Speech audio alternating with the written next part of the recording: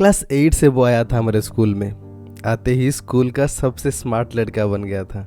हर exams में full marks आते थे उसके। इतना ही नहीं, डांस भी मस्त करता था और स्केच तो हूबहू उतार देता था। सारे टीचर्स उसे पसंद करते थे और हम सब गर्ल्स भी। इतना टैलेंटेड होने के बाद भी वो हमेशा गुमसुम रहता था। बात करने पर मना नहीं करता था, पर उससे लंबी समय तक बात हो नहीं पाती थी। डांस करते समय कूल दिखता था, पर स्टेज से उतरते ही नॉर्मल बन जाता था। उसका ये गुमसुम रहना, ज़रूरत से ज़्यादा बात ना करना मन में हमेशा एक क्यूरियोसिटी पैदा कर देता था। सारे गर्ल्स में से मैं भी एक थी जो उसके ऊपर फुल ऑन फिदा थी। वो बी सेक्शन में था और मैं ए में थी। शरीर तो ए में आ जाता था रोज़, पर दिल बी में ही छोड़ आती थी। Hey guys, welcome to story 14। मैं हूँ स्वप्नेश, आपका storyteller. Let me tell you your story. मुझे पता ये कहानी आपको ज़रूर पसंद आएगी, सो लाइक ज़रूर कर देना। क्लास शुरू होने से पहले दोस्तों से मिलने के बहाने चली जाती थी उसके सेक्शन में उसे देखने के लिए। कभी कभी आया नहीं होता था और जब जल्दी आ जाता था किताब खोल के बैठा होता था। जो भी हो, उसे देख के मन ज़रूर भर जाता था। रोज़ ऐसा लगता था जैसे मैं उससे बात कर रही हूँ। घंटों तक साथ में बैठे, पास में बैठे, एक दूसरे की हाथ थामे, उसकी कंधे पे अपना सर रख के। पर ऐसा कुछ होने नहीं वाला था। ऐसे ही 10th खत्म हुआ और हम बिछड़ गए। 12th खत्म हुआ और इंजीनियरिंग भी। बीच में मैं 1 साल ड्रॉप भी ले ली थी।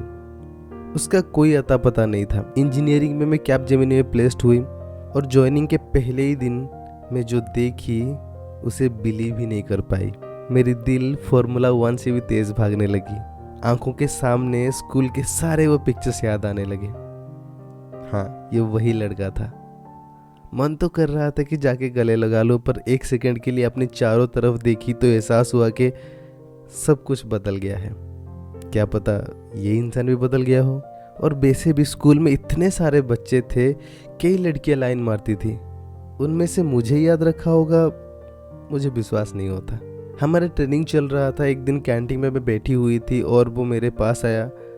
तुम्हारा नाम याद नहीं आ रहा, पर तुम ए सेक्शन से थी ना? और मैं उसे आंख फाड़ के देख रही थी। मुझे बिलीव ही नहीं हो रहा था कि वो मुझे पहचानता है, क्योंकि हम स्कूल में भी बहुत कम बातें किए थे। अब मेरे मन में लड्डू फूटने लगे। हाय, ये तो मुझे पहचानता है। मैं खुशी से अंदर ही अंदर झूम गई, पर बाहर अपने डेस्परेशन दिखा नहीं सकती थी।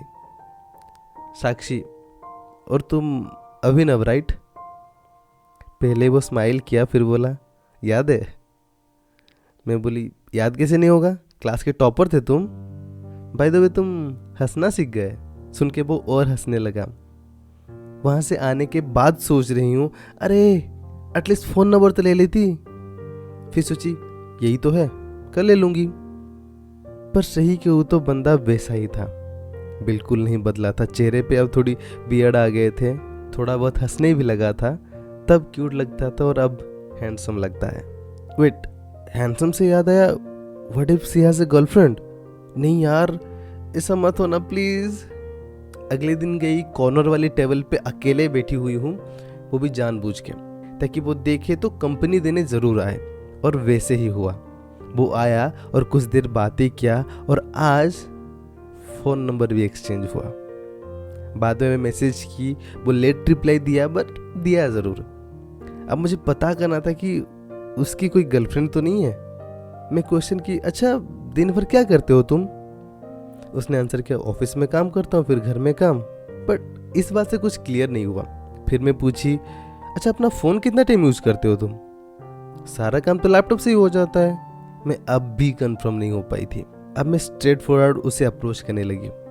अच्छा तुम इस वीकेंड क्या कर रहे हो, कहीं घूमने चलें? अब वहाँ से लेके हम बहुत बातें करने लगे, बाहर घूमने लगे। कई बार मैं उसके रूम में भी गई। वो एक अच्छा कुक भी बन गया था। अभी उस रात में उसके घर में भी रही, पर ट्रस्ट मी कुछ भी नहीं हुआ। वो मुझे अपना बेड दे खुद सोफे पे सो गया।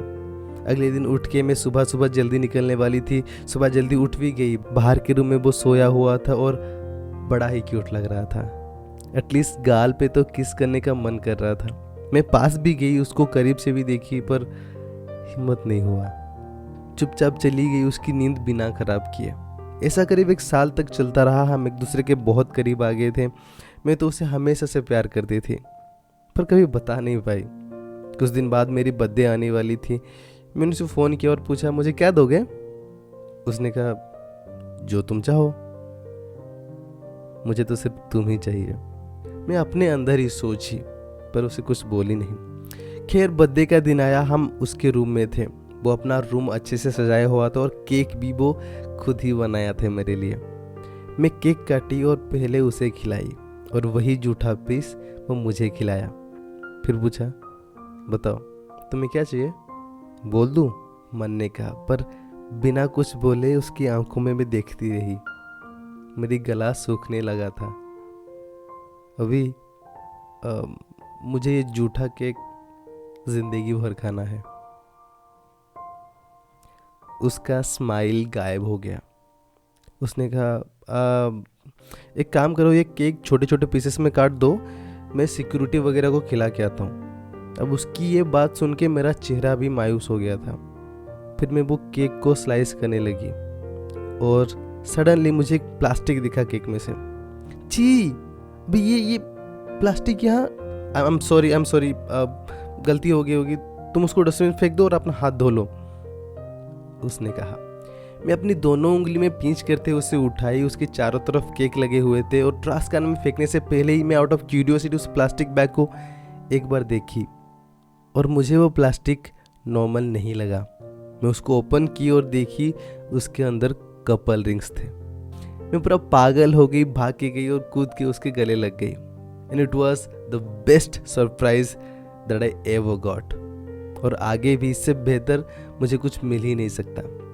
वो डब्बा केक के अंदर एडजस्ट करना थोड़ा सा मुश्किल था, सो प्लास्टिक यूज़ किया। So sorry. सो अभी जल्दी से इस कहानी को लाइक कर दो। अगर कुछ कहना चाहते हो तो नीचे कमेंट करके बता सकते हो। नए हो तो चैनल को सब्सक्राइब करके बेल आइकन पर भी क्लिक कर देना और फाइनली शेयर करके इस लिंक को अपने स्टेटस पे भी डाल दो। मुझसे बात करना चाहते हो तो मुझे इंस्टाग्राम पे फॉलो कर सकते हो, लिंक डिस्क्रिप्शन में होगा। चैनल में और बहुत सारी कहानियां हैं, आप उनको एंजॉय करते रहिए, उनको देखते रहिए। तब तक मैं आपके लिए एक नई कहानी लेके आता हूँ। Stay tune and keep watching.